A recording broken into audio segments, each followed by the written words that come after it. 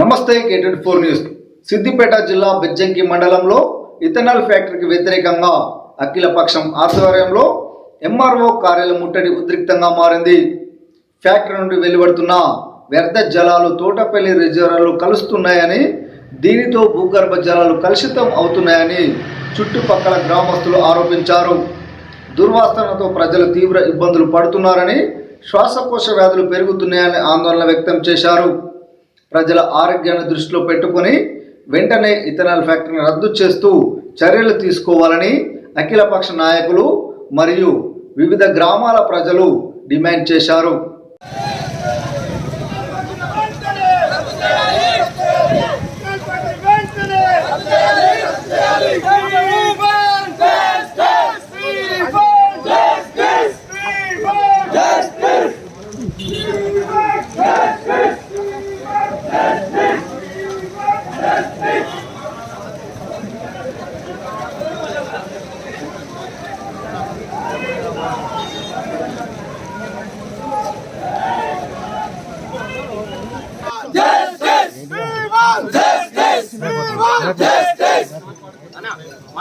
కాపాడుకుందాం రైతులందరినీ, కాపాడుకుందాం రైతులందరినీ, కాపాడుకుందాం రైతులందరినీ.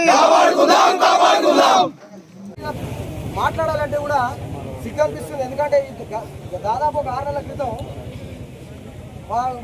మా పొలాలు అక్కడనే ఉంటాయి కాబట్టి మాకు వచ్చే వాటర్ కూడా మేము శనిగిర ప్రాజెక్ట్ నుండి ఆధారపడి ఉంటుంది కాబట్టి అక్కడ ఒక వాటర్ వచ్చేది ధ్వంసం చేసిరు.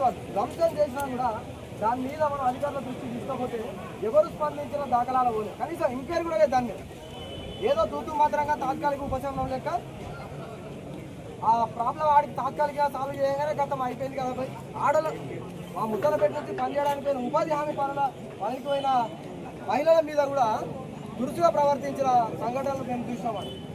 ఎందుకంటే ఈరోజు ఈ సందర్భం ఎందుకు చెప్తున్నా అంటే, దయచేసి మమ్మల్ని భయభ్రాంతులకు గురి చేయడానికి చాలా పెద్ద ఎత్తున దీని వెనుక కుట్రలు జరుగుతాయి.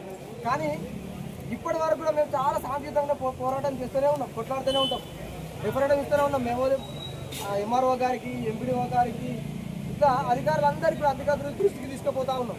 కానీ ఈ రోజు ఏమైందంటే, మేము శ్వాస తీసుకోవడం కాదు, మా పిల్లలు కూడా శ్వాస తీసుకునే పరిస్థితిలో లేరు. ముత్తనపేట సుమారు ఒక 10 గ్రామాలు ఈదుల వాగు సరౌండింగ్ ఏరియాలో ఆ నీటిని తాగి ఉపాధి పొందుతారు, ప్రాణాలు కాపాడుకుంటారు. పొలాలకు అదే నీళ్లు, మార్గం నీళ్ళు, శనిగరం నీళ్ళు, ఇవన్నీ కూడా కలుషితం అయిపోతుంది. ఇవన్నీ కలుషితమైనప్పుడు ఈ 10 గ్రామాల ప్రజలు ఎట్లా బతుకుతారు? వాళ్ళు ఎటు పోవాలి? వాళ్ళు ఊళ్ళి సైడ్ పోవాలా? లేకపోతే వాళ్ళకు జీవనాధారం ఏంటి? వాళ్ళ పశువులు ఎట్లా బతుకుతాయి? వాళ్ళ పిల్లలు ఎట్లా బతుకుతారు?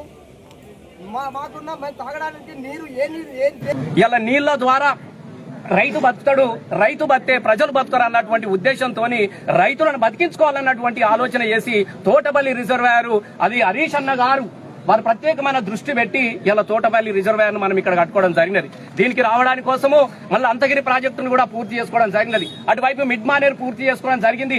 ఎటు చూసినా మానకొండూరు నియోజకవర్గం అనేది ఒక నిండు కుండలాగా ఎర్రని ఎండల్లో కూడా మత్తడు దుంకిచ్చి ఇలా చెరువులను నింపి, చెరువుల నిండా చేపలు నింపి, చెరువుల కింద పుట్ల కొద్ద పంట తీసినటువంటి ఈ బెజ్జంకి మండలము ఇలా అన్నమో రామచంద్ర మేము ఆగమైపోతున్నాం అన్నటువంటి ఉద్దేశంతో ఇలా తీవ్రమైనటువంటి దుఃఖంలో ఉన్నటువంటి మండలం ఇలా మనం అందరం చూస్తా ఉన్నాం. మేము ఒకటే అడుగుతా ఉన్నాం, అయ్యా మీరు నీళ్లు తీసుకొచ్చే దమ్ము మీకు లేదు, మీరు నీళ్లు నింపకపోయినా పర్వాలేదు.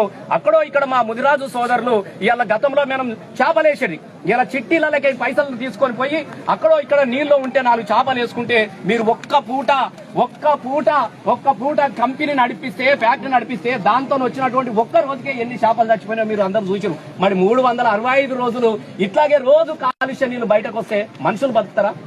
రేపు ఆ నీళ్లు తాగిన గొర్రెలు బతుకుతాయా? ఇలా ఆ నీళ్లకు పడుతున్నటువంటి ఒక చెట్టు మొలుస్తుందా? ఇలా మొత్తం ఒక బెజ్జంకి మండలమే కాదు, 40 లక్షల ఎకరాలకు ఇలా తోటపల్లి కాలువల ద్వారా 40 లక్షల